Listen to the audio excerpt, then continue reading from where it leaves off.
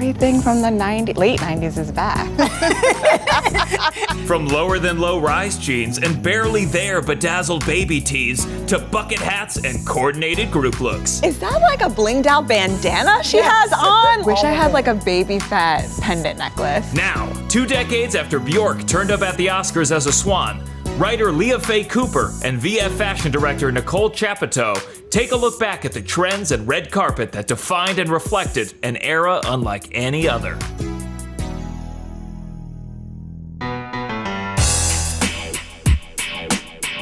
Who can ever forget Britney Spears and Justin Timberlake in matching denim ensembles at the American Music Awards in 2001?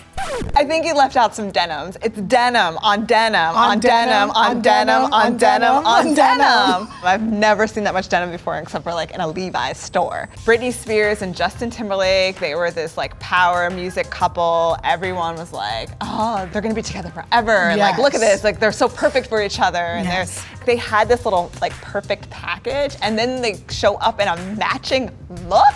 Like, come on, the insanity of this. I know. I would have loved to like be a fly on the wall when, I imagine their teams came together and are like, what are they going to wear? I know. No Y2K it couple encapsulated the twinning trend more than Posh and David. David and Victoria Beckham matched quite often as well. All the time. Like an all leather look.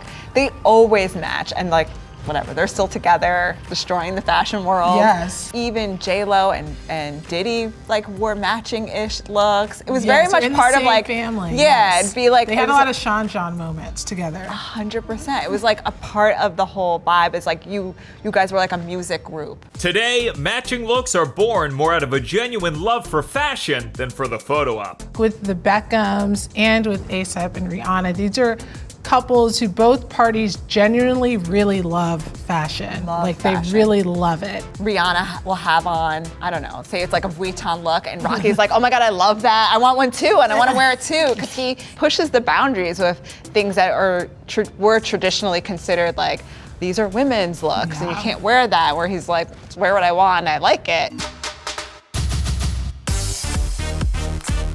On the night of the 42nd Annual Grammy Awards, Jennifer Lopez showed up in a plunging green Versace dress that had everyone rushing to their computer and waiting for their dial-up to connect. Welcome. Well, it's quite revealing in the front. Not only the front was so plunging, but the back too was like as low as it could possibly be without exposing her entire. You're almost gonna get it, but you're not. The dress was so highly searched on then-fledgling Google that the company decided to create their now popular image search function. This is the dress that invented Google image search. You know, these things then were not readily available. Like you couldn't just type in what did J-Lo wear and see a picture. So they really had to build out that algorithm and be able to do that. And now we use it for everything. It was a simpler time. Before the dominance of professional stylists on the red carpet, when celebrities worked on their own and originality reigned. Look no further than Bjork's infamous swan dress. A look that walked so Gaga's outlandish red carpet looks could later run. When I first saw it, I was like, what? Is she wearing a bird? Yeah. And why? It's like ingrained in my mind. Yes. I know everything about the whole look, the shoe, the tight, the bag. It was like a little egg. That she laid. It's performance art. You know, she had a handbag shaped as an egg, which she dropped from underneath this huge tulle skirt as if she was a swan laying an egg. If we saw it today on the red carpet for the first time, it wouldn't be as shocking, you know, after seeing Lady Gaga arriving in an egg or, in a meat dress, you know, but at the time, it was quite jarring. If I were to look at like probably one of the most recently jarring, like, oh my God, this is a crazy red carpet statement, would be Cardi B at Grammys. Yeah. It was like, she was like Pearl emerging from a shell. Like that is, come on. It was like so amazing, so epic. Zendaya, when she was wearing all that armor to the Met Gala. These are like really fantastical looks, and you're just like, I appreciate them. I'm like, they took a risk. They did something that worked for them. They're expressing themselves. So yeah, I mean, the swan dress is maybe one of the original. Yeah, it's up there. Yeah. Lil Kim made one of the most infamous red carpet appearances of all time in a boob-bearing Misa Hilton design number at the 1999 MTV Video Music Awards. Lil Kim was just like a style icon. She took risk. She did it all. Like you were constantly like, what is Lil Kim gonna be wearing? What is Lil Kim gonna be wearing? Even during that award show, you know, the queen mother of us all, Diana Ross, just did a little like boop boop. Like she was like, wow.